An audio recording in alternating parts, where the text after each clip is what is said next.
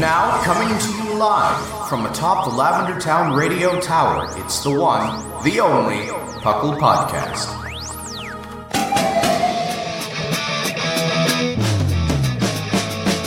It's P.U.C.L! It's P.U.C.L! Pokemon Underground Champions League, oh yeah! P.U.C.L!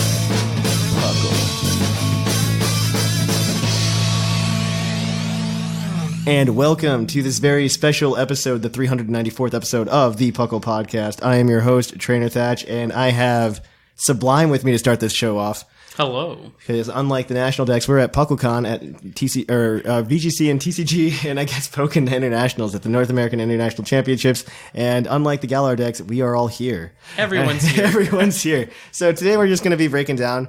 We had a giant mailbag this past week because there's just been this huge response to the hashtag Bring Back National Decks thing, and we just wanted to go through it, read it, give everybody their time to shine, and also kind of take a break while we're all hanging out here in Columbus, Ohio, and just having a good time. So we're just gonna jump into it. So this first one we're gonna get is gonna be from P. McGee. Hey, P.U.C.L, P. McGee here again with a take after the big controversy for Pokemon D3. 24 hours later, and the online Pokemon world is still massively upset about our inability to transfer their full Pokemon collection to Sword and Shield. After reviewing what Masuda said and taking another look at the Pokemon release schedule for 2019 and 2020, I believe we need to take a step back and try to take the news in stride. Well, I'm glad you believe that. Good for you. Undoubtedly, it is disappointing that Living Dexes will not get to travel all the way to Galar, but I've been seeing more posts about people opting out of buying the games altogether, and this sort of groupthink can quickly derail all enthusiasm for something. Well, then don't let other people bother you. I mean, I think this is one of those things. Like, I think it's kind of like a spoiled thing for the Pokemon franchise. Yeah, because like we've always had good games, and good. Let's put good in quotes. Good right? for what Pokemon is. It like, yes. And I think this is the first time we had something that was like a huge issue. But I mean, if you look at other game franchises, they do this. And I don't know, like, yeah, it derails the enthusiasm. We don't get to have that hype. And it's not our fault. It's Game Freak's fault. You can't force someone to have enthusiasm. Yeah, right? That's what like, it sounds like. if someone has enthusiasm, that's great. Be enthusiastic. Yeah, right? I'm not saying don't be enthusiastic, but you can't be mad if other people aren't. Yes. And I'm not. Nope. Yeah, I mean, that's the thing. So you can't force it. If we have to deal with this, you have to deal with us. Also, it's so weird being in the same room and doing this. We've never actually done it like this. Like, facing each other, and like true. Intimate. It's like, you're really right. It's like intimate. It's like a conversation. Yeah, it's like what a podcast is supposed to be. You're right. When they have recording studios? Yeah. Except there's a wife sitting on a bed right over here, but that's fine. There's so much to be excited for in this region, and quite clearly Game Freak has taken our feedback over the years and incorporated it into the games. I disagree with that statement almost entirely, but we'll get there. Overworld Pokemon, so that was never a thing for me. I didn't like that. Sandbox area to explore, fluid movement between grass and water. What? Since when was that a thing? When was that a request? I don't know. I've never been like, I just What want was to our walk feedback about fluid movement between grass and water? I missed that. And interconnectivity with friends are just a few of the great adjustments. That's the good thing. Fair. Okay, that's a good point. I'll give him that one. Yeah, no, that one's... They brought back essentially the PSS. I'm okay with that. Max raid battles actually look really well thought out and engaging, even if Dynamaxing is a mixed idea. Mechanically, I think it's cool. Mechanically, it's great. Yeah. But you traded these really awesome Pokemon designs for blimp battles. Yes. I think there's more to it, and I wouldn't be surprised if like the Gigantamaxing leak is real to an extent, but I feel like that's just going to cause more frustration. Like, I definitely expect it to be compelling strategically with all of the moves doing different things. Exactly. And there's a lot of strategy involved in that. Mm-hmm. But you still traded like really cool, creative, unique designs that made garbage Pokemon shine. Yeah. Right? Like, I'm sorry, Mawile. I loved you. Yeah, I know it's gone. Well, right. Okay, so like... And we get giant blimps. I'm like, that's not cool. So Mawile, I'm kind of okay with, because Mawile is just like... Okay, so like I just have a problem with the Steel Fairy typing. The Steel Fairy typing, but is that really Mawile's fault, or do you think Magearna? I think Magearna is the thing that made us realize the problem. To be fair, like Miles only good because of its mega and huge power, and it's so slow. But Magearna got like shift gear. Magearna's definitely the big problem. I think it's just Magearna. Like the typing's good, but it doesn't make you broken by yourself. Because think about it. I think it's easier. I think it's easy. Klefki has the same typing. I still think it's easier to break that typing than other typings. Yeah, because fairy typing is one of the best offensive types. Did that? You know what I mean? No, I don't think Maul did. Maul was in a great spot, and then Magearna came and ruined it. Yeah. But I still feel bad for Maul. I'm just saying. Now, every time someone isn't in love... Goodbye, Sableye. It's been nice to know you. Sorry, Seth. Well, I guess you have Impidimp. He is Impidimp. It's fine. Now, every time someone isn't in love with the design, they will complain that Pokemon's inclusions probably cost them their favorite spot in the game. Yeah, that's true. I get that Impidimp is not the most beloved Pokemon. Seth loves him. But the poor guy is getting far more criticism than he deserves because people are correlating his addition with potential subtraction of a likable older Pokemon. Obviously, that isn't how it's actually working, but that type of regressive thinking will quickly turn this into another Generation 5 debacle. Generation 5 had all of the Pokemon in it.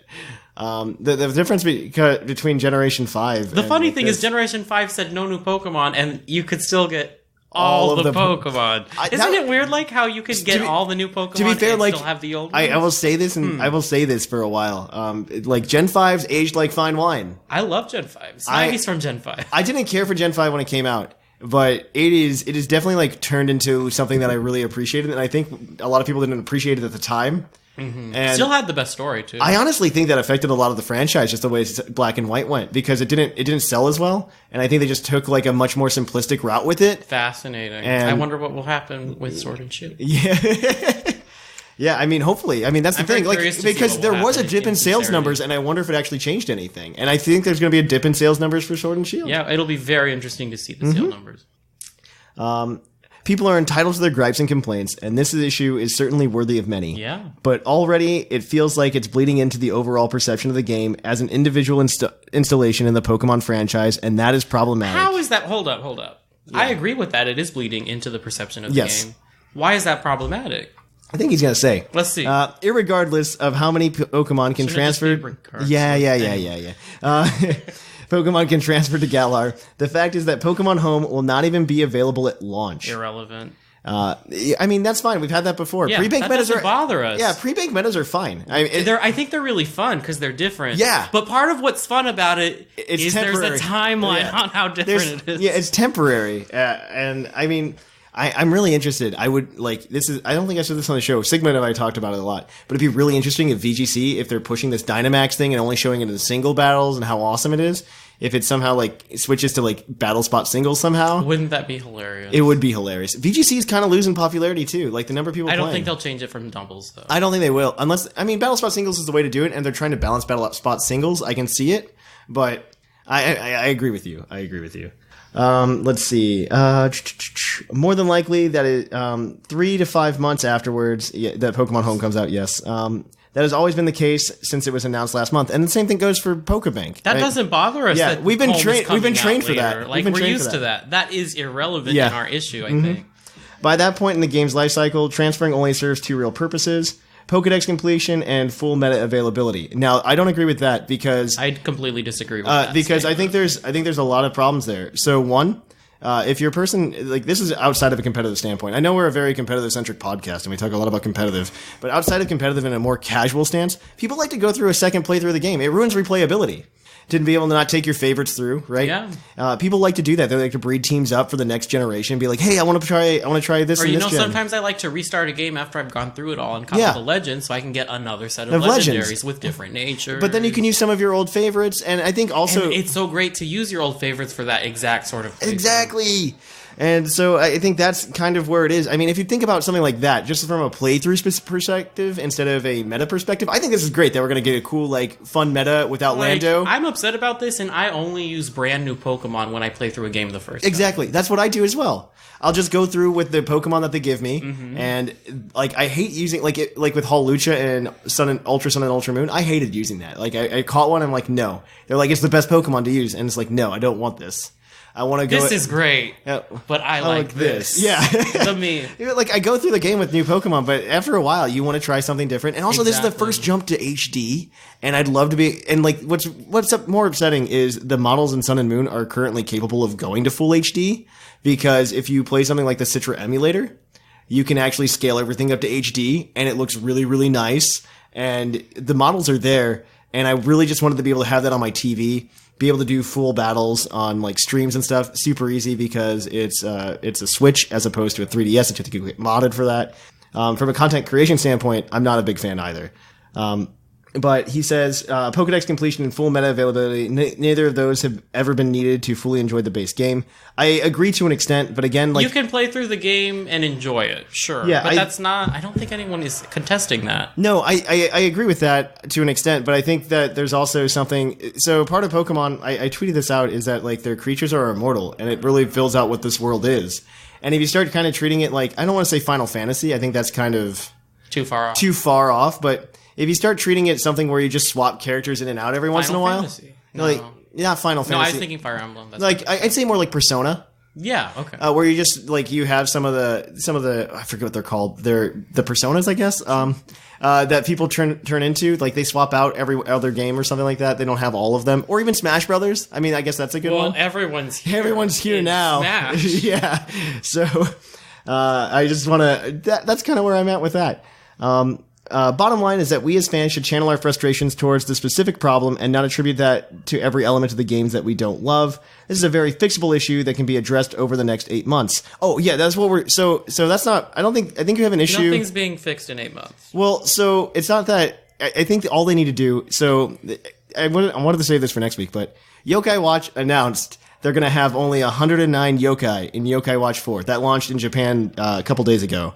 And then they immediately announced that they're going to patch in the rest of their yokai characters over time. And see, that's all Shots fired with that one. Yeah, right. I think that was absolutely a response. I'm not going to lie. And I think that's the thing. Like, if they're going to do it, they're going to do it. But I think if you expect a response that's going to fix it in the next 8 months, two things if you want people to calm down. One, they need to say that. They should announce it first. They should announce that. That's how you'll get that. Let's talk about, speaking of this, we need to talk about what happened at the North American Internationals Challenge on stream. You tell the story better. Okay.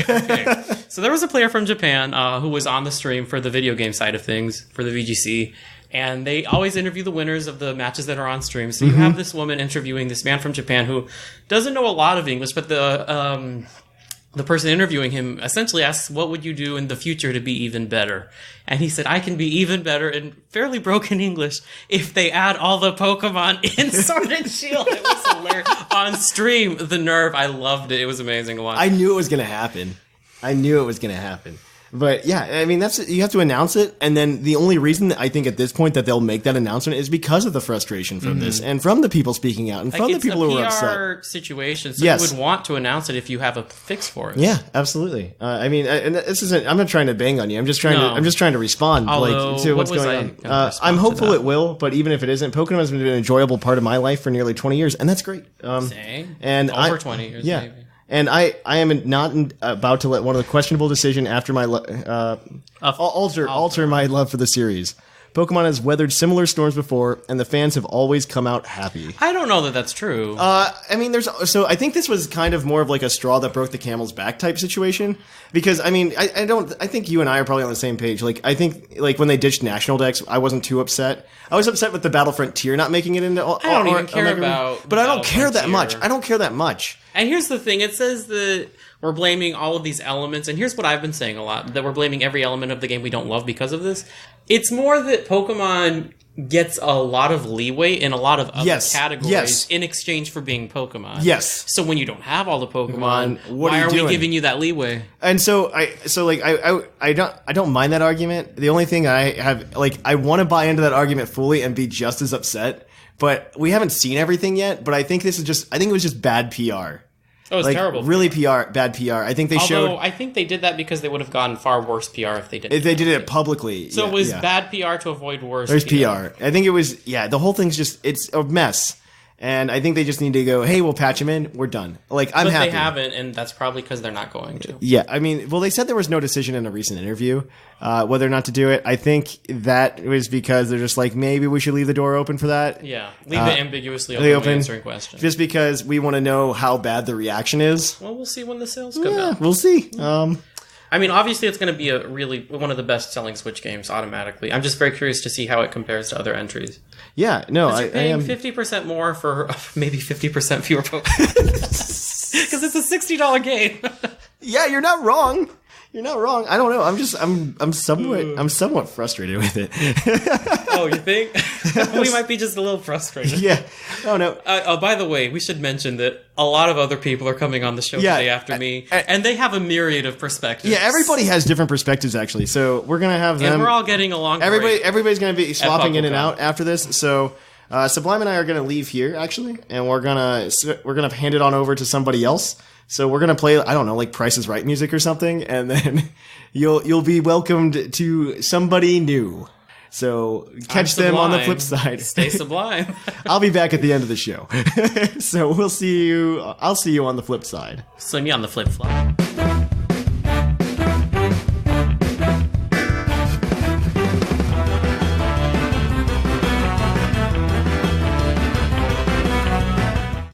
Peeps, this is Basket, and this is 10 Little Men, and we are here to read some salty emails.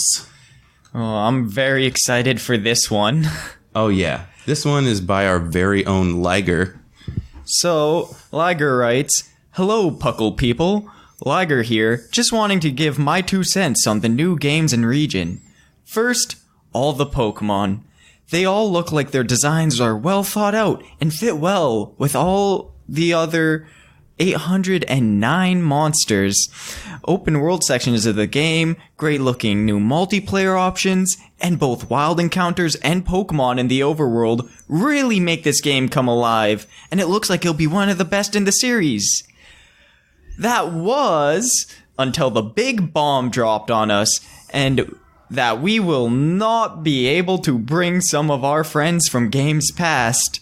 I find this very disappointing that some of my friends won't be able to make it through Galar Customs and have another adventure with me. Oh, that border control is strong in Galar, unfortunately, by the looks of things. It is. Okay, where was I? What are some of the Pokemon you want to be in the game, but are unlikely candidates? For one, I, want Luxray, but think it will miss out seeing that both Electrike and Yamper are confirmed in the games.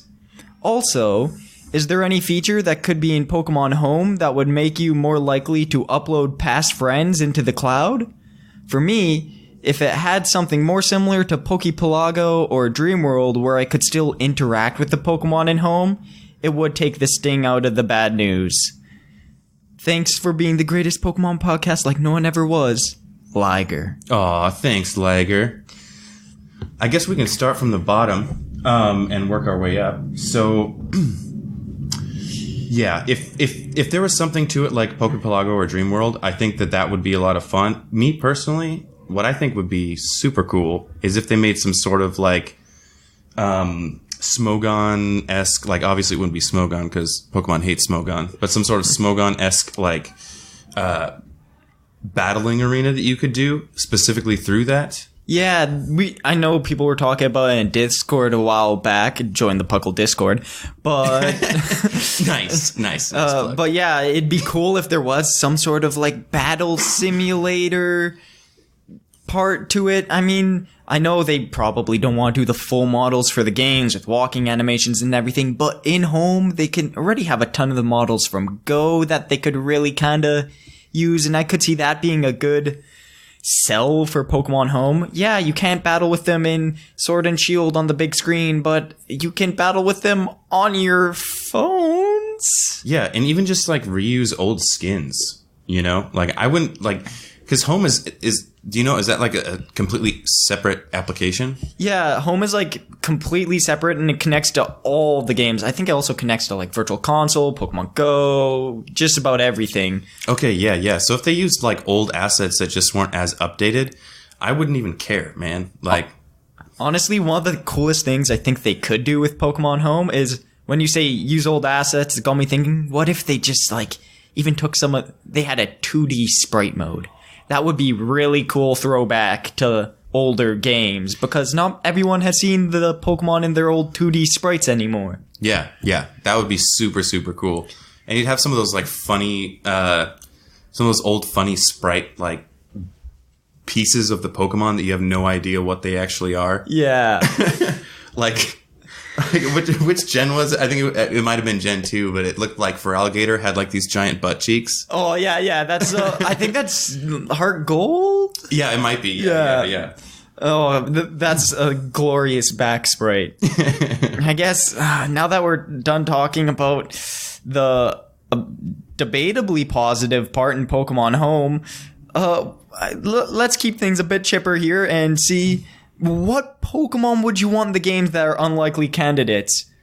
I think Luxray is like a cool Pokemon that I am sad that, Electrike, so Manectric, Yamper kind of steal that spot, and it's a shame if Luxray doesn't make it in because he's super cool and super underutilized by the Pokemon franchise. I can't even remember the last time you could catch a Shinx early game. Well, for me, I never like when I saw Luxray originally, I was like, that looks like a really cool Pokemon. But every time I've had any in-game interactions with Luxray, he's just been such a disappointment. Yeah, I agree with you on that one. I mean, a little underwhelming. Hey, maybe he'll make it in and get buffed. You never know. They are paying attention to the balancing this time, right, guys? You know, if they did have, if they were going to continue with Mega Evolutions, I would say I want a Mega Evolution for Dunsparce real bad. And I've wanted it for a really long time. And now it's never going to happen. And I'm really sad. But now they don't need to have Dunsparce in. Yeah, no, I'm gonna disagree with you on that one in a couple ways. One, they still need to have Dunsparce in because Dunsparce is my baby child and I need him to be the love of my life.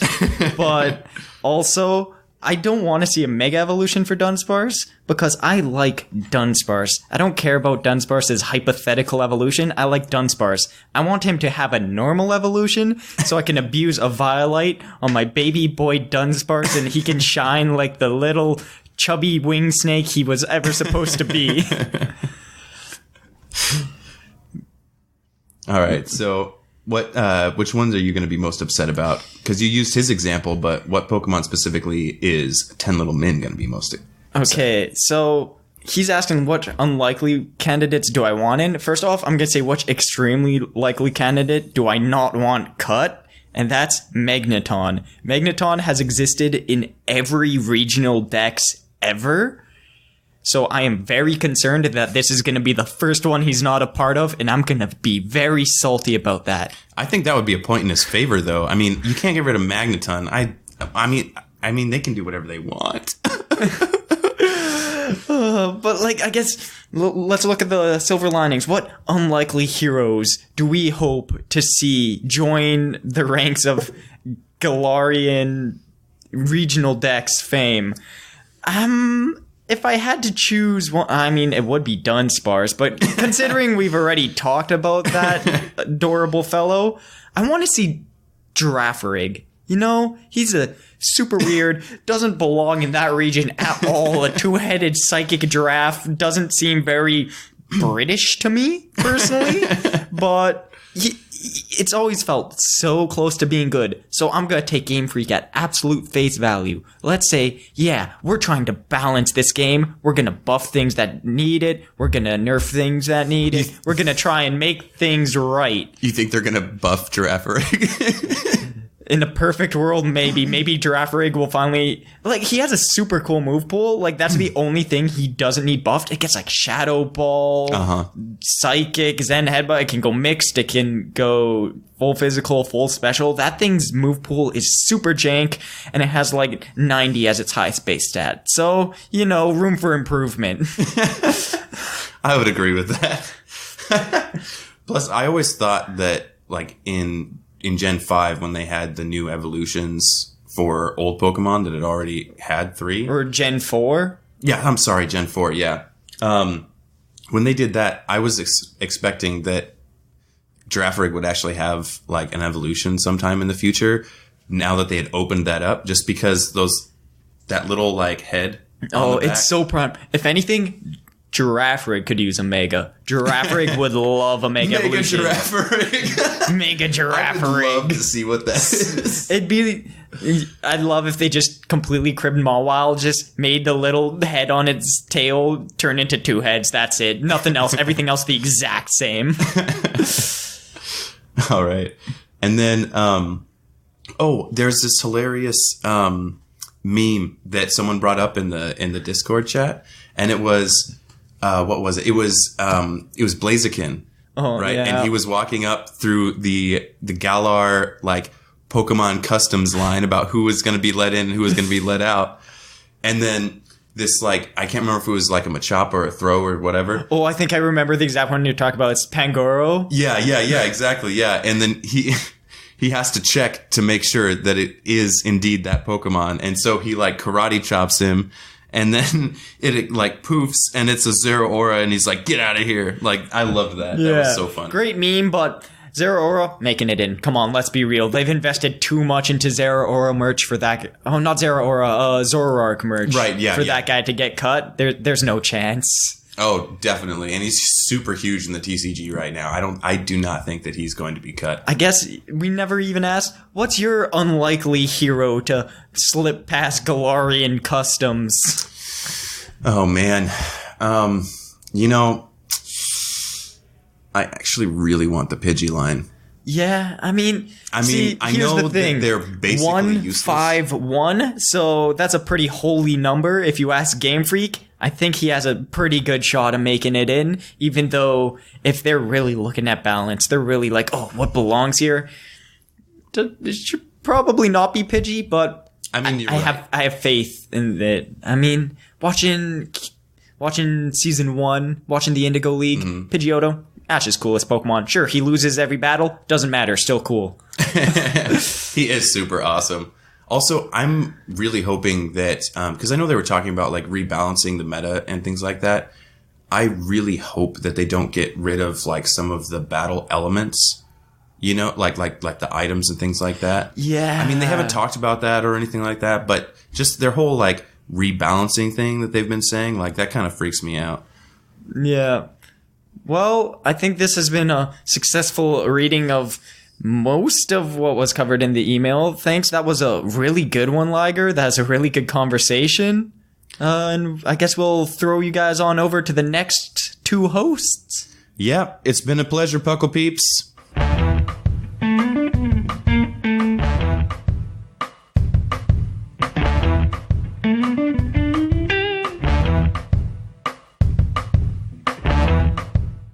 Hello and welcome back to this very special episode of the PUCL podcast. I am the fluffiest whimsicott. Alongside with Lord Jujiro.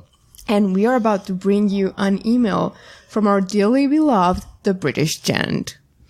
Good day, dear Thatch. That is just wrong. And his beloved... Sigma. Our Sigma, you have changed a lot. And of course, the loveliest whimsicott. He got that one right. Nah. Well, what a week we have had. I think the best way to describe it is a bag full of emotions. Being in chat and Discord was great fun during the directs, chatting with others. To everyone listening, if you have time when other directs happen, I recommend coming into chat. 100%. Oh yeah, you can join voice chat if you're up for it, or you can just join like the text chat. Yep. If you want a quiet session, you can just join the chat and you're going to see a wall of text going really fast, or you can join the voice chat and just hear a lot of screaming. Yeah, they're both hype in their own different ways. Just pick your flavor. So, let's jump into it, as a Philly would say, and start with the elephant in the room, the national tax. Yeah, let's definitely do that. Yeah. They said they were going to do something different from the word go. Does anyone not think that this no national dex was part of their plan for the word go? That's debatable. Like, yeah.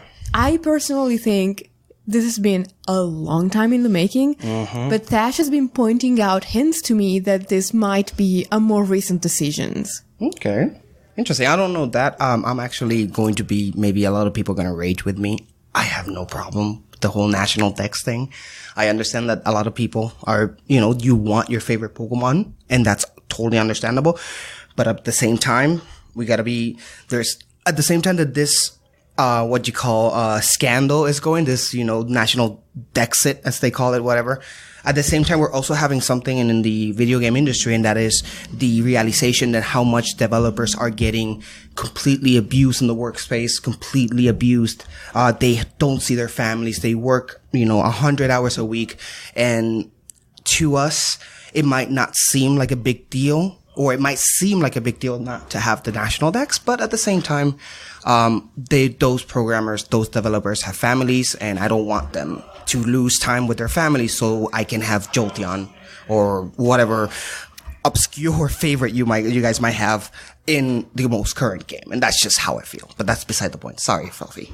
That is not beside the point. That is a very, very valid point of view. But you're totally going to get Jolteon, though. Yeah, I know. Eevee. That's the suggestion. If you're going to get a favorite that is popular. Yeah, I guess so. Anyway, British Zen says, reasons. Trying to shift up the VGC meta? Trying to prevent hacked mons? To give Pokemon a change, like what they did in Black and White?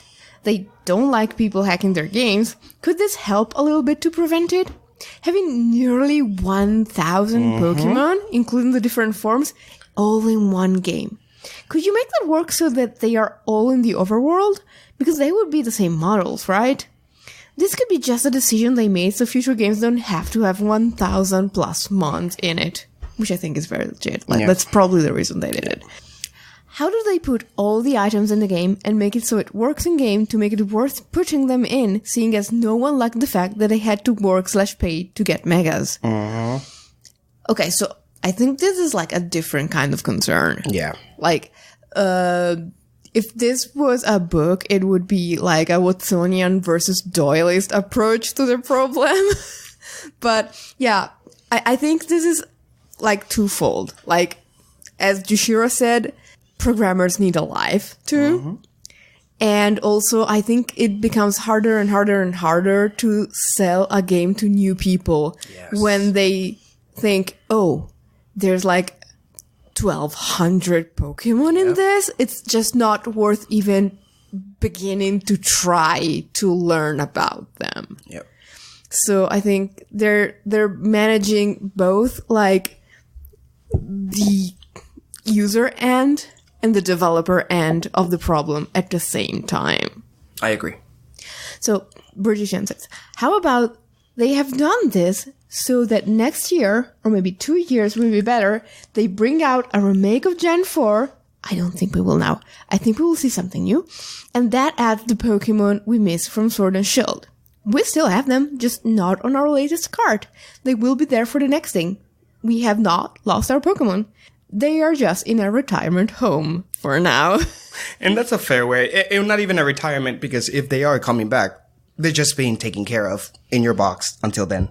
That's really all. It is a big issue. Yes, I understand. Many people are mad. But we have to, and you guys, if you've been listening to this show, you've listened to my opinions always, you will always hear me say, temper your expectations. Don't just go all out and expect the world, because again, these games take time, they take resources, and human beings are making it. And like Fluffiest just explained, not right now is 1,000. In 4 years, it might be 1,300.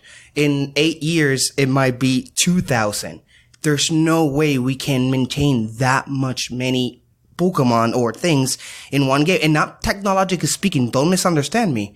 For the gamer as well, do you think that any new gamer is going to try to fill the national dex if there's 1,200? And I'm not talking about us, the ones that are dedicated to the game and are hardcore and we love Pokemon. But think about the casual gamers, which are way more than us. and they won't be able to be capture 2,000 Pokemon to fill a national dex. It's just unrealistic to expect that we're going to always have all of our Pokemons available. It's just, I don't see that happening. Yeah, it's not like it's not valid that you're upset about Correct. that if Yes, you are, I'm not- because yes. I mean, so far we've always had the national dex, so it was fair for us to expect it in the next game. But at the same time, there are practical concerns. Let's go back to the email.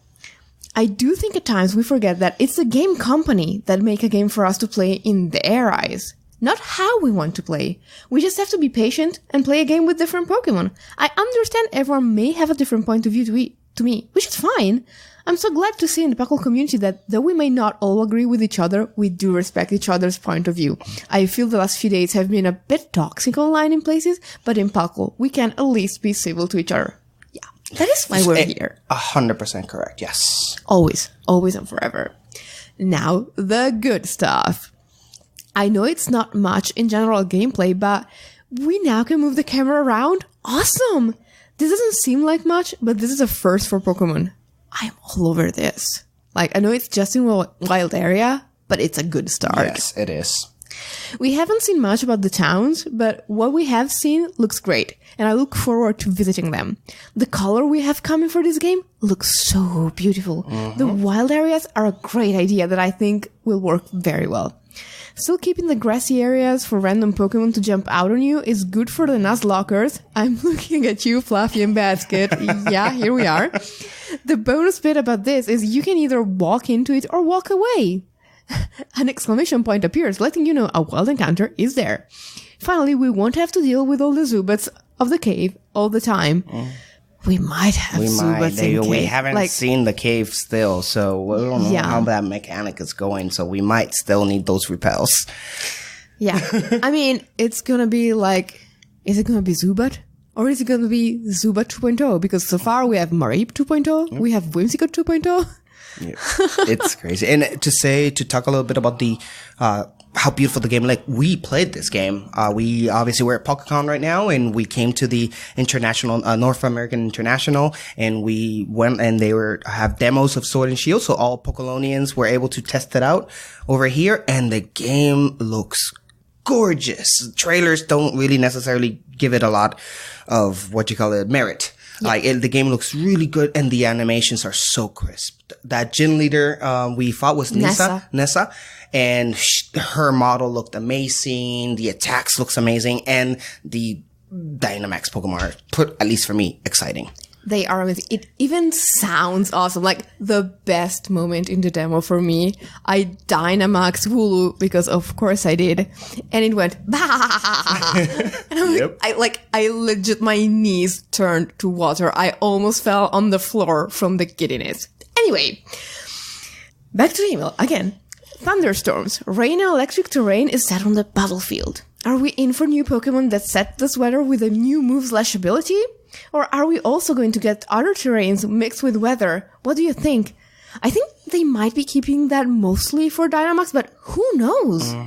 Like, if they are trying to limit what was the power of the Tapus with Dynamax by making every Pokemon able to do that in a limited manner, maybe not. But, you know, these are the same people who gave us Ultra Necrozma, Landorus Sarian, Mega Rayquaza.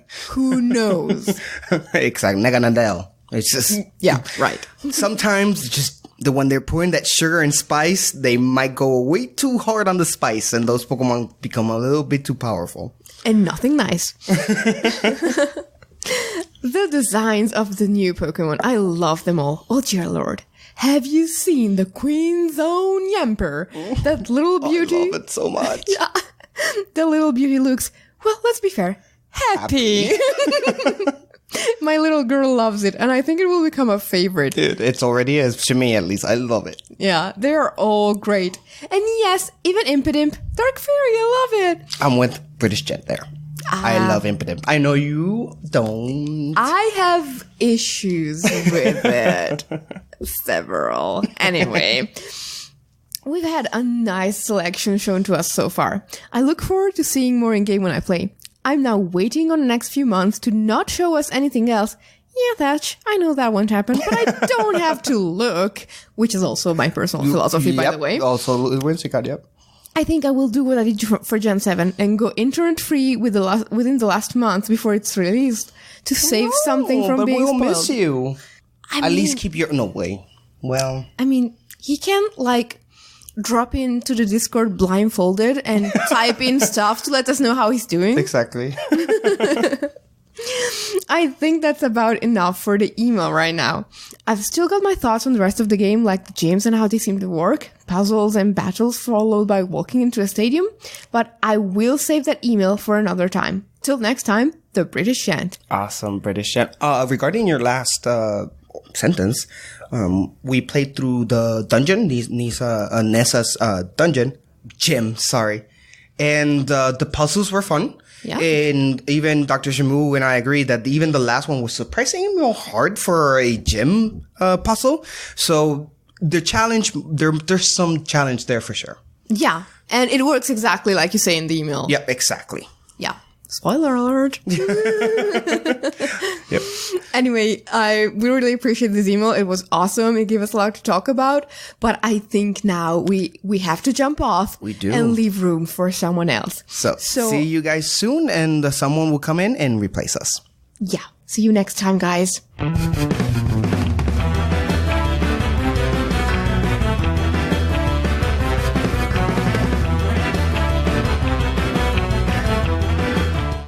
I think. Why are we on the... Oh, I guess we're doing different tracks. Okay. Bumped, yeah. And we're back for the PUCLCon live show. I'm R Sigma. And I'm Linian. And we've got another email here. And this one is from Antonin. Do you want to read? I can if you don't want to. If you could. The angle's just not great. Oh, okay. All right. Hello there, Dr. Thatch and his disciples. I'll get straight to the point. I like the absence of the national decks, but only as an intentional move. Strong choice, but here we go. I mean, that's where I agree with them too. Like, if it's an intentional thing and not them just not wanting to do it. Yeah. But anyways, let's continue on. I've been playing Pokemon since I played a green ROM hack translation a long time ago, and have played every generation since. And yeah. I mean...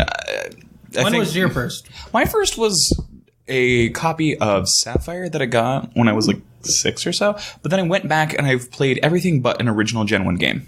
Ooh. Oh, I mean, you're probably okay with that. Yeah. I've been playing since Blue, so. Yeah.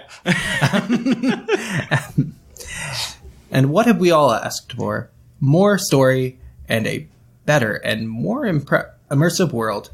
We're getting it. And the cost of the national decks isn't a big one. I think it actually adds to the story.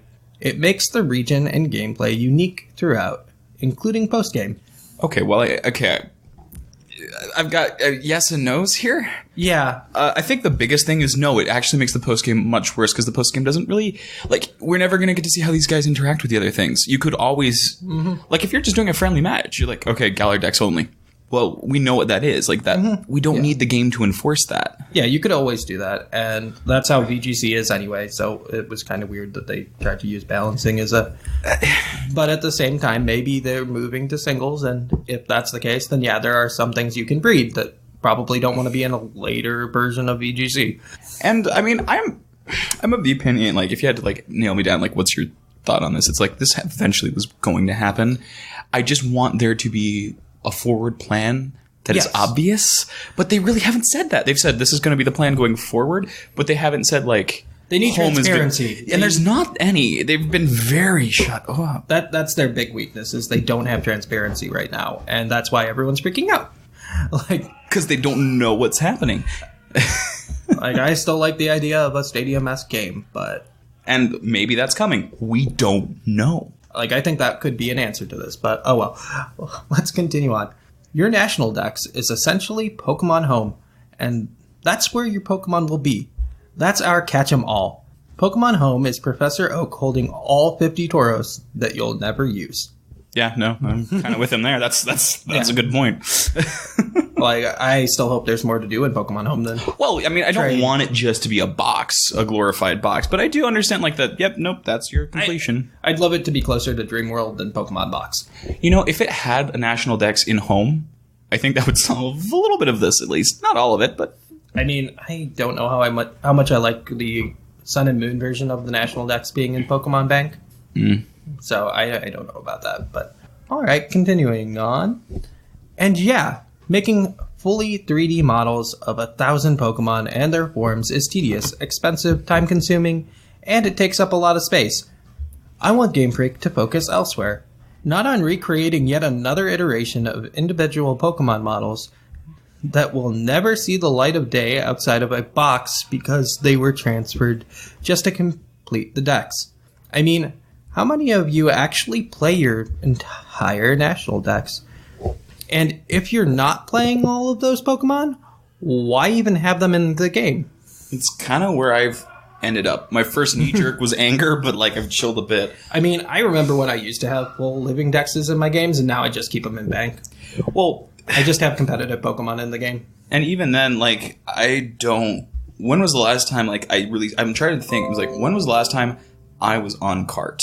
And I was like, oh, Summer League or PDL. Like, I'm on Showdown. I'm other places. I don't feel like it's a personal thing. This is not like everyone should feel this way. But like, I've never transferred. Like, I had to pull something from Gen 6. I was like, how do I do? Oh yeah, bank. Like, there was a moment of like actually having to figure out what to do, and I wouldn't have missed it in that moment. I don't like that it's not an option. I mean, I think the big thing is you can outsource the models. Yes. Creatures Inc. used to do it, I think. Yeah, and on top Genius Sonority would be fine at it too. even like and then like the space argument is null and void. No, you can fit all of them on like tiny. They can. I mean, I look at Breath of the Wild where they had Monolith Soft do a bunch of stuff too. Yeah, because they're better at certain things. You just work together with other companies to get your big game out, and especially if you're doing it once a year, like Pokemon's or Game Freak's been doing for like the past 4 years. And it's not like they don't have the money or the guaranteed sales. Like this isn't. The resources should not have been a problem. Yes. So if it's so then back to that core argument. If it's intentional, this is better than if it's lazy. It sounds better if it's intentional, but at the same time, maybe I don't think they should be the ones working on the sprites. Yeah. I think it should be Creatures Inc. And I don't think they should be the ones working on all the games either. I think they should let Genius Sonority do more. They did the Coliseum games, and people love those games. You don't need a competitive game every year. You can take a year break and let another company do a Pokemon game. You want them every year. Do you know what we didn't get in Gen 7? Basically any spin-offs. Those things used to pad the release calendar in a way that it just really didn't take the same kind of pull-through. They don't need their full team, or they didn't have any of them. They just had someone else do it, and it was fine. Yeah. They've got onto this 1 a year release, and I'm not sure it's been beneficial. I mean, I understand getting 2 within every 3 just to change up like VGC and make all of the legendary Pokemon available, because Coliseum or XD Gale of Darkness ruined VGC, and that's what we have to do now. But that's beside the point. Good old Follow Me Magmar. Oh boy. Yeah, that was a mess. Okay, we're almost to the end of this email. Plus, it really doesn't make sense to have a Mareep in a region with a Wooloo, for example. Even if it's just collecting reasons. Home is for collecting. That's your new box. Sword and Shield is for playing. Yeah, I agree. I mean, that's why we have Palpitoad and Poliwhirl. They're the same thing. You just get to choose which one gets to be in a National Dex. That's what we've had since Gen 6, probably. Yeah. Because Gen 5 just made so many redundancies that you could actually pick which version of this Pokemon belongs here. I want a 3-stage rock type that evolves via trade. Well, do I want a Boldore? Do I want to go Graveler? Do I want to get a Lowland Graveler in here? I mean, like... Yeah, I mean that. Good old Sun and Moon taking both. Let's give it Sandstream. Make it a little interesting. Let's take both, but make them each different. Good for them. Yes, but no. It's like, I want a fire turtle. Well, do I want Turtonator, or do I want a sunny day what is his name? Drought Torkoal? Drought Torkoal. We're nodding at each other that you can't hear on the audio. Yep. Like, you can pick now, and that's cool. I understand people who still want the Pokemon to be able to interact with the game, though. Them not existing in that dex doesn't mean that there should be a ban on them existing in the region. Yeah. Anyway, so let's continue onward. And you might say, what about competitive Pokemon? Well, Pokemon competitions already have that role, right? Yes, they do. On what Pokemon you can and cannot include.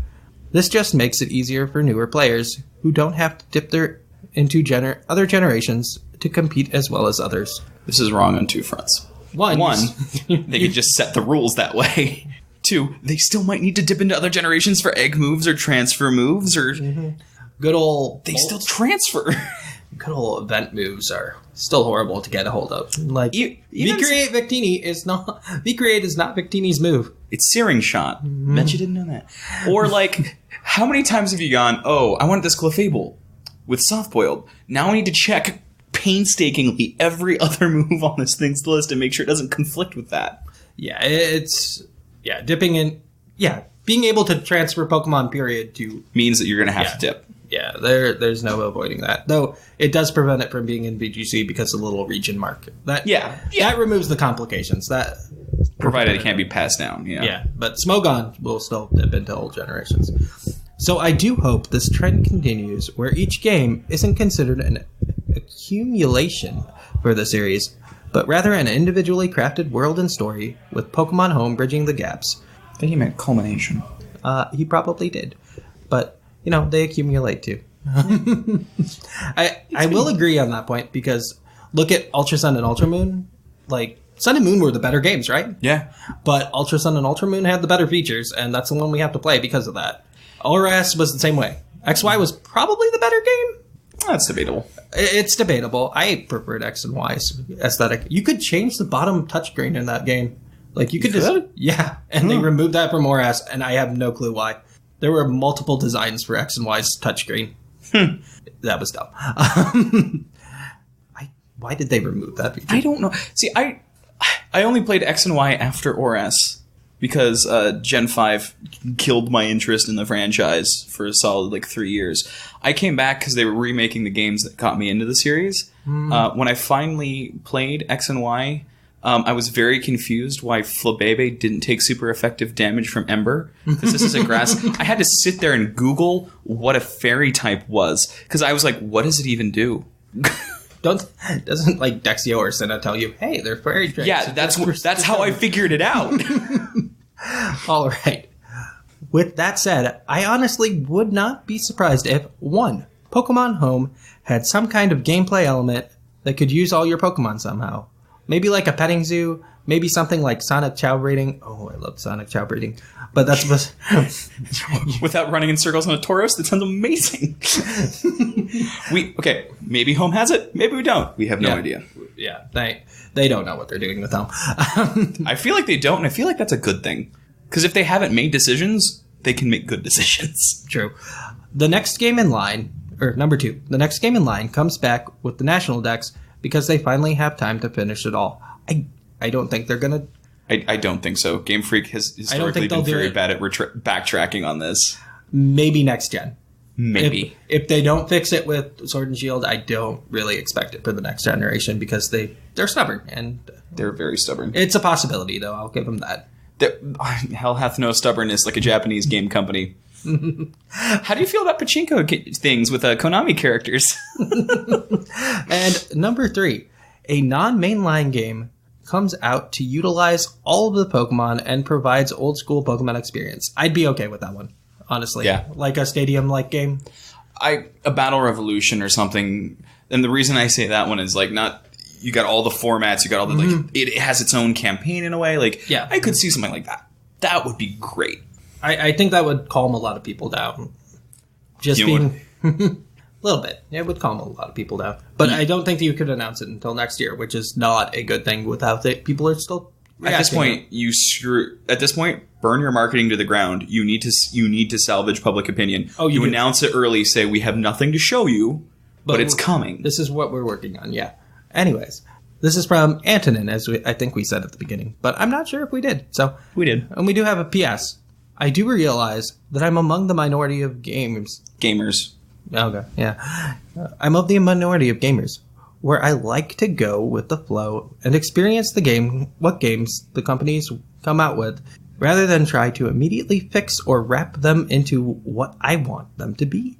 And also, I appreciate Thatch's call to everyone to be empathetic to both sides and towards Game Freak.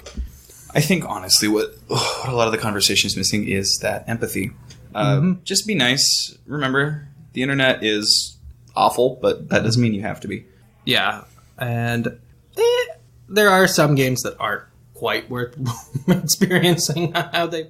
Especially in these days where a lot of games are they're released before they're done. Yeah, and there's a difference between a good early access that's like, no, we're really like close. Here's what we've got versus we got a gun. You should pay. Yeah, or then there's Fallout 76 where they completely backpedal on what they wanted to give you, and it's like, here's what you wanted. And I don't know how that's going to work out. Still, it's really bad when your game's $30 after 2 weeks. Fallout 76 was a cavalcade of bad decisions. The first was letting a tiny team touch your Fallout license so close and just go, it'll be fine. But I think the feedback to that was a lot worse. So, but that was on release and not as much. People were hesitant on announcements, so there's a difference there, I guess, between those two situations. Pokemon needs to do two things. First, they need to get transparent about their plans. I don't care what they are until I can hear about them. If I don't have anything, I'm going to panic. Give me transparency on that, and they need to start pushing other news to flood the cycle so that when you search Pokemon, you're not seeing crazy rants. You're seeing, hey, look, a new Pokemon. If they drop a new trailer, Kotaku has to run that instead of their fifth piece about how pissed Pokemon fans are. You can learn how to headline bomb. Oh, yeah. Like, they went media silent, and that's probably a problem. It's probably like the worst possible thing they could have done. Hopefully in the next week we get something, but we'll see. Well, there's the thing on the 29th. Keep your eyes out for that. Yep. Anyways, I guess we're done with the segment now, so we're going to pass it off to another team of co-hosts. I believe it was Thatch and someone else, but I think so. No, it's Shamu and Scrawn, so enjoy that one. Oh, enjoy that one. Goodbye. Bye.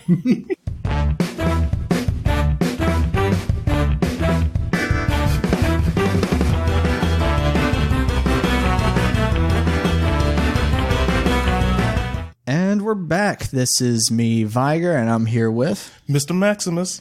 And it's PUCLCon as always. We just got a new batch of people up here to talk about stuff, and we're going to be getting right into our mailbag. And this one is from Mikey. You want to take it, Maximus? Hello, Thatch and whoever he has. Well, that's most of the big guns here at PUCL. Yeah. Well, did I really muck that up? It's PUCL, people. PUCL, Yoding Change Podcast. We haven't been on for a while. Yes. But here's his mailbag. Hello, Thatch and whoever he has. I just wanted to share my thoughts on the recent Pokemon news. I think the Dynamax is pretty great. It solves the problem that Game Freak has where everybody's favorite Pokemon can be special. Let's talk about Little Timmy. Mm-hmm. Little Timmy's favorite Pokemon is Wooper. When they announced Mega Evolution, Little Timmy was so excited because he wanted to Mega Evolve Wooper, even if it wasn't possible. Little Timmy wanted to see Mega Wooper. Z-Moves came, and Little Timmy could make Wooper the hero of his team with Hydro Vertex. And it's made Little Timmy happy. Now we have Dynamax, which means Little Timmy can now make his little Wooper into a massive monster. And with Max moves, Little Timmy can have Wooper go crazy in battle. It is the best bother. It's the best of both worlds. Small typo in there. Of both worlds. Little Timmy can now Mega Evolve and use Z-moves with Wooper. And this is why I'm happy with Dynamax. Because Little Timmy can be happy, but me too.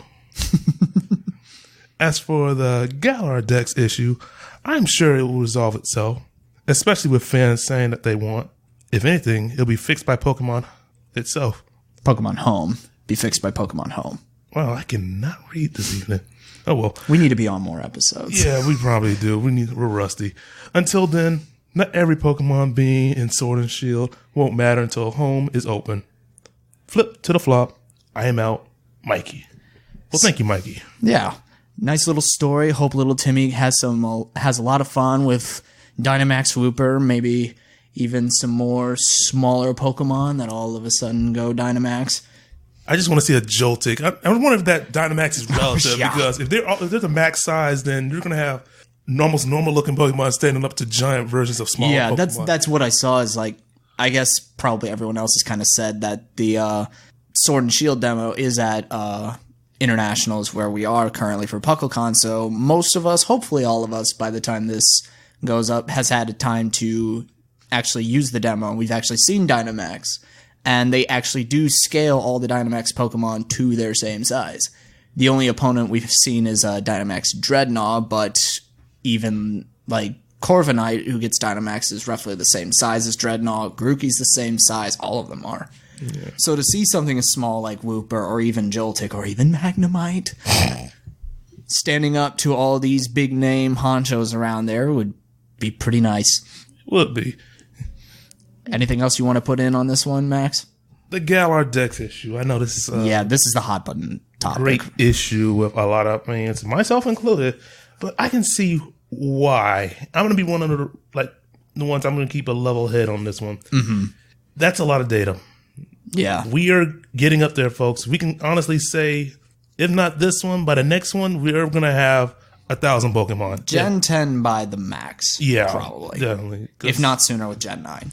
And the thing is, this is jumping onto the main consoles, people, and they're trying to make sprites for everything, and then they still got the animations. I know some animations are going to be more general and may not look perfect with it, but over time, I get it. I guess they want people to enjoy the region first, and then once, let's say, competitor comes around, then they'll worry about that. But usually when it comes to the first year anyway, you use what's in the national decks anyway. So you always go through their regional decks first, and then it's post game when the national decks opens up, and then you import everything, forget everything about the Galar region, and then just start grinding out that VGC team. I think they're wanting you to literally go into the forest to appreciate the trees, as opposed to just going in there and looking for something else. And I kind of see where Game Freak is coming in from in that direction. I will say this, I'm sort of on the passive side as well, not just because Magnemite's been in every single regional dex thus far, so I don't really have anything to worry about, but it's also 6 months off. Things will change. Yeah. More updates will happen. The list of Galar's regional decks will get larger, and then maybe it'll be like, hey, the national dex is in and we figured it out. Yeah. Who knows? It's too early to call. Mm-hmm. Now, I haven't seen Gliscor yet, but I did see Snorlax, so I'll just hang with him until I can find him. Yeah. So, well, it's either Gliscor or Gligar. Yeah. If you see either one, then you're good to go. Oh, yeah. But anything else you want to add in? Or do we want to pass this off to the next group if there is a next group? I'll just say PUCLCon's always been a good experience for all of us. Mm-hmm. We've met so many of you guys listening to this, and you guys are literally the blood of this podcast. Yeah. And we want to thank you for that. Without you guys listening, we really wouldn't be doing much anything. We'd just be screaming to an empty room and nobody would be listening. But the fact that you guys are here makes everything worth it. So, but from all of us, we'd like to say that we really appreciate you stopping by, downloading the podcast when you can, listening to them, and all the other stuff that goes on too. We really appreciate the involvement in the community and the expansion that we've seen. Mm-hmm. And I think that's where we can kind of leave it for now. Maybe then Thatch will put us on some more episodes, maybe. Yeah. Time will tell. Who knows? But we will pass it off to the next crew, and we will see you guys on the flip-flop. Yep. Mr. Maximus. And Viger. Signing out.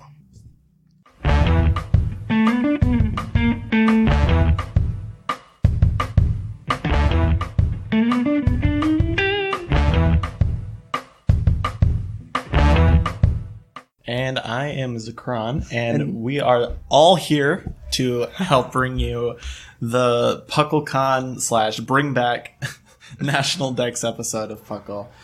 We're reading listener emails on the topic of Dexit. Dexa, yeah. And the email we have here, though, is from Jess. It's from Zaraun. It could be any of these pronunciations, or maybe something completely different. Yeah. That's okay. All right, so I'll start off.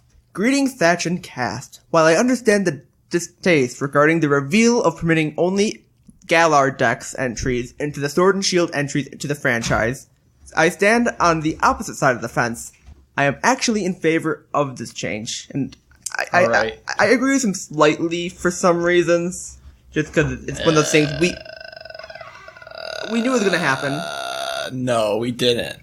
My thought is too. You gotta think. What happens when we get to 8 million Pokemon? You can't put that all in one game. 8 million is an unfathomable number. I know, but I'm saying it's an extreme. Like we've hit 800. Honestly, I'd rather they add maybe 20 Pokemon in a generation. We've already kind of seen that. We've seen that with Gen 6, where they started they kind of hit okay, we can't add 150 Pokemon to this, so they added 80, I think 87, yeah, something like 72 or something. Yeah. Though Alola had more, I believe. But, it's one of those things where... Because people, they want all of them back, but they also want a lot of new ones. So it's a weird balance. I say keep the regional decks, but, after people have accustomed to it, then you add the other Pokemon in. Yeah. That's fine. The whole patching thing... Don't take it out. Because that hurts competitive players. It hurts the community as a whole. I agree. It's... Right. You've probably heard this all 6 times already with the other hosts. Well, yeah. All right, but we'll get... Yeah, we'll keep on going. I will be disappointed when eventually my favorite Pokemon will or may become unplayable due to the restrictions. Swadloon, am I right? Oh yeah, Swadloon. We need that Swadloon. If you like Swadloon, I'm upset by that. The change is healthy for the long-term evolution. That's kind of what I was getting at. Because, we didn't expect it now. I agree with that. We shouldn't have gotten it now, but they should have given, it would have been nice to have, a year or two head ups, hey, at this point, we have realized that we can't add these all every single time, and from here on out, there is a chance that we won't be adding all the Pokemon in. But really, why this is, I feel a big thing. It's because they just did it cold turkey. They just say, hey, we're not doing this, and they didn't give us a real reason why, I would say. I think that the current one was animations, I think, is what it was. They can't do all the animations because they're redoing all the animations. I could see it being a possibility in the next game that they add everything else that was missing before. That would be nice. I would love that. I just, after this, I can't hold my, I can't have high hopes for that. Just because they already thrown it to us once. Right. Okay. Okay. But the change is healthy for the long-term evolution of the battle community. It's kind of that same thing. The meta will constantly be evolving with each future iteration of the franchise. You will see some Pokemon in prominence, Garchomp, Metagross, Gardevoir, etc., possibly be phased out and returned at a later point. Those are Pokemon that are incredibly marketable, and I think there's a very low chance that any of those are cut. If anything, out of if we say 5 of them, there might be 1, just because they are trying to go with a theme for the region, which I kind of am okay with personally. You think of okay, you're gonna see an alien in Europe. Right. I kind of get why. And also it makes sense. You're not going to see an Ultra Beast in every game now from now on. I think they're just going to cut all the Ultra Beasts. They probably are. I don't think they a lot of the legends are going to get cut because why are you seeing all these other legends from? Yeah, it's a lore thing. We won't see Tapus. We won't see the Ultra Beasts. Yeah, because those are meant for Alola. They're not meant for Kanto, not for Johto. That's why they're doing that to a degree. Pokemon that's even the Alolan forms too. So even a Alolan form in Galar, that makes. Why do you have both forms in Galar? Because that means they're supposed to be natively. Or how do you pick and choose that, right? Yeah. We'll have Alolan Exeggutor, but then say we won't have, Alolan Raticate or something. How do you pick and choose that? And how is it a Alolan species happening, not Alola? It just kind of creates is this it's weird, uncomfortable dysphoria. It's this weird disjoint with the regions and such. Admittedly, that if there is a positive, it will be that there's a new meta. Yeah, that's one thing I'm always excited we won't for. see Lando T / Tapu meta. Yeah. Probably. There's a chance we will. There's a chance. There's a slight chance. I don't know how they bring back, these island spirits of Alola into a game that doesn't have all the Pokemon. Yeah, the only thing how do you justify that? The only thing I could even see, which I don't think will happen, I don't want it to happen exactly, is a effective DLC where you go with like if they had a program in the game where you go somewhere like they had in Gen 4 was like you go to that like little island path to get Shaman. Mm-hmm. But if they did it with like a whole map or like a whole like, hey, you're taking a quick trip to Alola for this like little thing, and they go like you go through a little mini story, and at the end you catch a Tapu or something. Or better yet, you add the rest of the Pokemon through loot boxes and surprise mechanics. $5 a pop for a chance to unlock Ralts. Oh, that'll get the money, yeah. Oh my god. Oh. Right. There's many things you can do. Do I think they'll do them? I really don't, but I would like to have hope for some. I would just want them to admit that, hey, we aren't doing this. We shouldn't have done it this way, but there's not much we can do at this point. Yeah, Nintendo has been pretty unapologetic about things in the past. Yeah. But they have, reconciled things in future installments. Yeah, they might do something soon. Yeah, they don't like their negative press, but they also don't say anything until they have to. Yeah, they don't say anything until they have to, or they have it's frustrating. I would say maybe optimal wait, like an optimal announcement. Like, once we like, hey, this is definite, this is 100%. Like, they won't say anything until they have something ironclad. Yeah. That's not going to change or anything like that. But it really should be known. Like, a lot of people are saying they don't have the space for this. Nintendo Switch cartridges absolutely have the space for all these Pokemon. They were limited to 32 gigabytes, which, like that, even that could hold all the Pokemon. But now they're able to hold 64 gigabytes. So we're seeing games like The Witcher 3 being ported over and stuff. Yeah, that's the thing. That's twice as much memory. And it's like, I think the 3DS cartridges could hold like 8 or 16 gigs. I think it was like 16 about, yeah. 64 gigs, 4 times that. Absolutely, it can hold all the Pokemon. It's just a matter of development time and them not having enough employees working on it. It's probably what it is. Because I think they also... There's no real reason why we shouldn't have them, even in future installments. Because I think they mentioned that the reason that Animal Crossing 2 is getting delayed is because of crunch time, I think was part of it. Was that a thing, or am I like... Yeah, crunch time is like that months leading up to a game's release. But because they didn't want to like have that, so they pushed it back, which... Pushing games back really upsets investors, and they're kind of like doing the juggling act with it, and it's a whole frustrating thing. It kind of confuses me that they're doing that, but then they have this game, which is not 100% complete, but they're still... It's a weird, like, two-sided coin. Like, you're doing this, but you're not doing this. It's like... I don't know what they're thinking exactly, but I don't... I'm not really hoping at that point. I think they're trying to highlight the Galar Pokemon. That might be. And that kind of helps too, is kind of saying... But there's no reason why they shouldn't release the rest later. That's my feeling on it. Mm-hmm. All right, so where were we? So, however, seeing the less played Pokemon rise from the ashes and see the light of day is exciting and invigorating. Seeing what someone will do without their Garchomp, who has been the staple of their team for the last decade, that is what I look forward to. And honestly, that's what you're gonna have Garchomp. They'll probably have Garchomp, but like, with it Gen 6 pre-bank OU, that was my favorite format personally, because you had a lot of limited stuff. Like Quagsire was good, Miltank was still solid, but then also what's it called? Mega Venusaur was running rampant because people saw Thick Fat and a bulky grass type and poison and grass this fairy coming out too. Like that was seen a lot. That's how it was just like Talonflame was so good. And Talonflame was good too. Like you get a lot of these weird other Pokemon that weren't used before, but they're good in this meta because of what else is there. Mm-hmm. And was that the use of Pachirisu won VGC? That was 2015 or 2016, maybe 2014. But it was in that kind of range.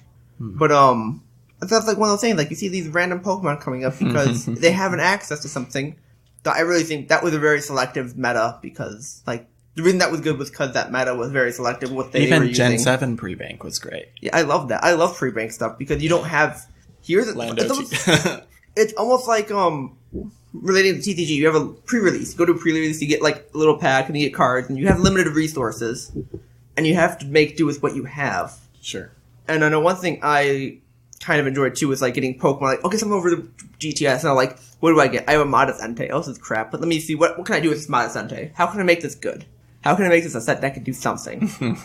It's like, is it the best thing to do? No, but it's a fun thing to do, and it's enjoyable. It's working with what you have and trying to make it something that works. Sure. All right. But with this change as well, however, it gives rise to a world that could feel like it's a living and breathing entity. Game Freak can introduce in-game events again, The last actual event I can only recall was Victini at the release of Black and White. Maybe wrong, but it seemed like it's since forever since then. With an actual area that's unlocked. Yeah, they haven't they did a lot in Gen 4, even though there's stuff we never got in America. Yeah. But, Gen 5 had a few. Gen 5 a couple. Gen 6, what did they have? Did they have anything in Gen 6? I don't feel like they didn't have anything unlockable, but they did some, like, kind of specific areas for stuff. I would be okay with that's why I kind of want that. Because I remember Gen 5 too had a lot of area that seemed like you're supposed to do something here. Because the one area I remember was Gen 5 also had Zoroark. That was a thing. The Zoroark entity with the Raikou entity and stuff. Genesect too. Genesect, yep. You had the dowsing area. Absolutely. I think the area was already in, but it had more access, like more stuff to do when you had Genesect. I think that's how that worked. I might be wrong. But like I remember Gen 5 had other areas like at one of those seaside towns. I don't know what it was. Was that Undella? Undella. And then you had the sunken area, but you could do that, and it wasn't a specific area to a legendary. Yeah. No, it never did. But there was like a little platform at the bottom left, I think. It had like 2 rocks and like an empty space in between. It was like a very symmetrical area, and I just always remember like, is that Keldeo? I never knew until like they gave us Keldeo, and like never happened. Actually, it's weird that you bring this up because in the anime, the sunken temple near Undella is where Meloetta is found. And like Meloetta does the relic song there, or whatever. Yeah, it activates something that it was in the anime, but it never. Yeah, because they had like I just remember this like little plateau. You go up a little stair, and it's like I think it's like a 2x5 area with like 2 rocks in the top. I can remember the layout kind of mentally, but I just never. I was wondering, will they do something? But unused assets. Yeah, like I would like that personally for our events. All right, I'll go ahead and finish this up. Okay. I may be wrong, but it seems like ever since then, every giveaway has simply been log in and visit the Pokemon Center. We could also have seasonal variants play a more impactful role. Game Freak could roll out a few content Pokemon patches throughout the life cycle of the game, which could make the meta constantly shift and evolve as they produce their next game. I'm just a speculative guy with no audience, and hope everyone can look at the possibilities available with this change. With hope rather than hate. Good luck with the show. Zaraun. Yeah. Oh, yeah. I like the positive attitude. Yeah. It's a light in the darkness. Yeah, it's one of those like, whatever light we can get, we just have to take. Mm-hmm. All right, so that's going to go ahead and be the end of the Zekron and Dr. Shamu segment. Actually, Thatch and Uncle Oshawott are going to go and wrap up the podcast today, I believe. So go ahead and get ready for that. We will pass it on to them. Absolutely.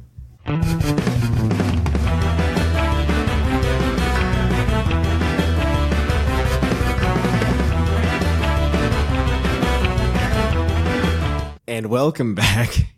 So it took a second, but I'm back here to end the show. It's Trainer Thatch, but I also brought with me Uncle Oshawott. Hey, how's it going, kids? In his first debut appearance. I'm overjoyed. I think so. It's an honor. It's an honor. It's a pleasure. I'm here forever. I'd like to thank the Academy. So we're gonna crash your night with one last email. Grab the tissues. It's sad.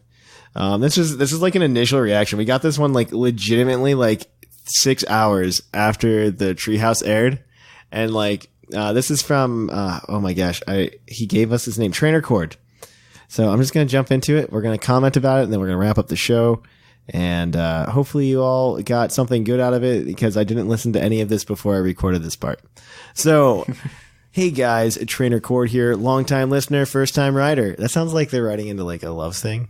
Yeah. After watching the Treehouse live announcement, I felt that it was time that I wrote in and expressed my thoughts. I've been a Pokemon fan since it first came back out in 1997. Pokemon Red and Crystal got me through some rough times in high school. I want more details. Ruby and Diamond were something that I played exclusively during my time overseas. While I was in Japan, I managed to live out my childhood dream of being able to buy a copy of the newest games, Omega Ruby and Alpha Sapphire at the time, in the place where it all started. I can't begin to explain how happy I was to be in Japan during a release of a main series game. It was an awesome experience, to say the least. Now here we are, with the news about the next mainline Pokemon game not allowing me to transfer all my Pokemon from previous generations to the current generation. I'm at a loss for words. As someone who had to experience this before with the transition from Generation 2 to 3, it's especially rough. I still remember the disappointment I felt when I found out I could not transfer my beloved Tyranitar to the Hoenn region. I understand that there were hardware and software limitations that prevented this from happening, but it was still sad news nonetheless. Now here we go again. Wow, this is dark. Yeah, the difference being there's no real limitations technically. Yeah, right? There's no... Like, time is the limitation, right? Like, right. The community as a whole has to wait with bated breath to find out if their favorites are going to make the cut for the Gala region, like Maractus. No, that he totally wrote that part, I promise. Yeah, I saw it. Yeah, Here, knowing that if let me just. Yeah. Now I lost my place. I'm sorry. I thought it was a good bit. I don't even know if it was a good bit. I hope so. It better be. It needs to be worth it. The community now has to wait with bated breath, blah, blah, blah. Knowing that it could be years before people are able to bring their Pokemon friends with them on their latest adventure. True story. For, what is it? Not Purugly. It's, Purugly counts as that, but also, Glameow hasn't been in the regional decks since 2007. Or I guess technically 2009 with Platinum. Yeah. But that is the last time it was there. It's been in games. It was in Omega Ruby Alpha Sapphire. That was the only other game you could catch it in. I believe it was in Black White too. Don't know. That's a solid question. Don't have an answer. Google it. And now, I watched this announcement with my wife, who was getting ready to work. To say that she had an emotional reaction to the news is a bit of an understatement. My wife, who got into the franchise much later, relative to me when I lent her my copy of Platinum while we were dating, she told me later on that the only reason she got into Pokemon was because of Piplup. When she started the game, it was a snap decision for her to start her journey with it. She named her newly gifted Piplup Nobu, and went all through Sinnoh with it in her party. When new games came out, she would transfer up Nobu and take it along on her new adventures through the games. She's grown so attached to it that she doesn't even call it or any Piplups by their evolutions by their names, only referring to them as Nobu. When we were watching the direct, we heard the announcement. My wife literally broke down into tears. Through her sobbing, the only thing I could make out was, what will happen to Nobu? Of course they'll have penguins and Galar, right? It's the only thing I could say to her to console her over the potential that her little Piplup Nobu would not be making the cut in the newest generation. The announcement that had made an immediate impact on my enjoyment of the games, as I was in the process of completing a Ribbon Master in anticipation of the new games. Kizaru, the name of my Ralt that I caught in Gale of Darkness, has now been steadily collecting the ribbons throughout the generations. On Kizaru, I would have something special to bring to Galar. Right now, I'm stuck in Sinnoh trying to get all the Super Contest ribbons on Kizaru, now a fully evolved Gardevoir. After this news, I don't even want to complete the challenge for the fear that it would be wasted. Good news, at least. That one's in there. Like, that one's confirmed. Yeah. The thought of not being able to bring my favorites forward to the newest generation quite simply is not fun at all. Maybe it's too early to tell what's going on, and maybe this is all an overreaction on our parts. There's still a small part of me that believes that Game Freak will allow us to have all of our Pokemon in the newest games. It's the single piece of hope that I have for this franchise now, and I'm more with okay than losing Z moves, and I'm kind of bummed about losing Megas. I thought Megas were a great way of adding new Pokemon without adding to the Pokedex, but this... Yep. I don't know. Wow. Well, he still had new designs, which I think is the problem, right? Like, but like, I don't know. It hurts. Yes. I think Uncle Oshawott and I, each morning we wake up and we send each other a Reddit post about this. It's simultaneously flattering and fun, and heartbreaking, and makes me depressed early in the morning. It's a great way to start your day. Yeah. I hope that this email wasn't too long, and I also hope that we get some news about allowing our favorites to transfer to the newest region. I don't want this email to end on a low note, so I'd like to say how I'm happy for the work you guys do to the podcast and the community. Listening to you all really makes the drives to and from work a lot easier. Keep it up. That's like, it's just like, yeah, I hate this game. Keep doing this podcast, guys. You're doing great. Yeah. Signed, Trainer Court. I hope he doesn't hate us now. No. I just wanted the Nobu because, like, I want that to be a thing. Like, let's make that our new cheer. Like, hashtag bring back Nobu. Hashtag what'll happen to Nobu. Yeah. But yeah, I think like an important thing this brings up is the fact that doing this in any way, like personally, I feel the starters are safe. I'm sure they'll find a way to get them in there somehow. So if they make the starters available, their argument for balance goes out of the window. They could always put it late game and like technically have post game stuff be regional. Maybe, I don't know. I'm still worried because of because then we just get back into the circle of like, you messed up your balance, whatever that means, right? Like I don't know. It's just it's a terrible argument. And go back to the Yokai Watch thing I said like earlier in the show with Sublime. Like, come on, step it up. If they can do it, you can do it. No, but the point I was trying to make with that is everything, starters included, is now on this scale of popularity, you know? So like... Yeah, I agree. I think, personally, Piplup might be there. Probably. You might have a shot there. But my Maractus has been chopped. It is what is left at the bottom when they're done editing the movie. It had one of its maracas stolen and stuffed inside a Ludicolo. You could probably dress it up like a Ludicolo and like sneak it in, you know? I'll just hand two of them to a cacnea and say, this will do. I don't know. I mean, it's the problem. I understand like emotional things like this. It's a very emotional argument to be making in this point, but I think it's also that's what Pokemon is though. Like the reason you play it is because it makes you feel good. Yeah. And it's all about feelings. And I feel like to an extent you're cutting it off, especially from your older loyal fans. It makes it just a game, a creature. You know, yeah. It's a thing in a game that you'll use because it looks cool, or I like it or I recognize that. With before, it was that's this one that I'm attached to. I'm gonna bring it over. Yeah, I'm gonna breed it from an older game. Yeah. It had that interconnected. Everything. It just interconnected the world. That was the big thing. It added to the immersion, I'd say. I agree with that. That's one of the reasons why this kind of devastated me a bit, because yeah, I like the immersion, and when you take it's gone, yeah, when you take a layer like that away, it doesn't make a bad game. It just makes It just makes it a game. Yeah. It makes it a game. Like it makes it, instead of being the game, it makes it a game, and like it takes it from. Like you said, the immersion. Like, it's not a world that's full of life and these creatures that can be anywhere. And like, because you can say Alola or like Galar, like this Pokemon thinks it's too cold to go to the Galar region, as Junichi Masuda said in a recent interview. And it's like, yeah, but I can still bring it. Like, people bring animals there all the time. There's zoos. That was my major thing, because I'm not a lore person mostly. I don't really care about this split timeline. Whatever's going on there. But it just doesn't make sense from a very surface level why in a world where we've introduced there's all these regions, they're like right next to each other, you can go to any one, Ash literally goes to a different one all the time. What's preventing a Pokemon from coming to that region afterwards? I don't understand that. Like from a story perspective at all. It really ruins the immersion, like you said. It ruins the world. And I hope they do something to remedy this. I mean, they definitely noticed. They definitely noticed the backlash. I mean, if you look at a lot of social media, not only is the backlash still happening, but also they've slowed down on a lot of their social media. We, right before this, we came from looking at the Instagram. Yeah. They posted a nice picture of someone with a hat with all these pins on it, and the first comment is, wow, that hat has more Pokemon than you'll have in your Galare decks. It's pretty brutal out there. I mean, I understand why people are upset. I understand why people are upset that people are upset.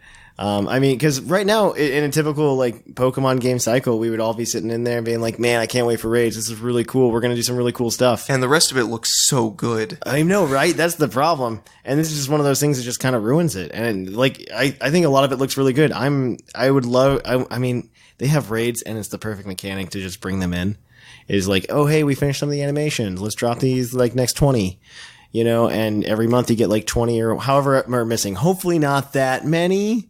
I'm hoping that there's like 400 missing. I think 500 is a safe bet. A little over. I think the dex is going to be about 500-600. I think that's where you're going to see it. Yeah, I feel like if they get closer to 600, it's like, well, did you really need to cut the other one? So that's still like 2/3. Like that's still like leaving out a third, which is incredibly reasonable in my book. But if we get there and it's like 300-400 Pokemon, I think that's incredibly disappointing. Yeah, it's got to be somewhere in the middle there. It's got 400. You got to push it over halfway. Yeah. You got to push it over halfway. But I don't want to go on too long. This has been a long episode of you hearing a lot of opinions. I hope you find this enjoyable. So I'm going to end it here. If you want to catch up on PUCL, you can go follow us on social media over on Instagram, Twitter, You get to catch us on Twitch at twitch.tv/thepucklepodcast. If you want to support the show, you can go over there and do it. Go to our TeePublic store. There's a bunch of cool stuff over there to buy merch-wise. People are wearing it here. You should do it too. And then, what's the other thing I always talk about? Patreon. Go to the Patreon. Patreon.com/PucklePodcast. That's a great place to go. And finally, the Puckle YouTube has a bunch of cool stuff as well. Battle videos. And Piddle's wrapping up. I think soon they're going to do the finals, and nobody knows the results, and they won't tell me the results. It's very frustrating. So I guess that's it for me. I'm Trainer Thatch. I've been Oshwat. And everybody else is here too. And here in the Lavender Town radio tower that's mobile in Columbus, Ohio, it's closing time.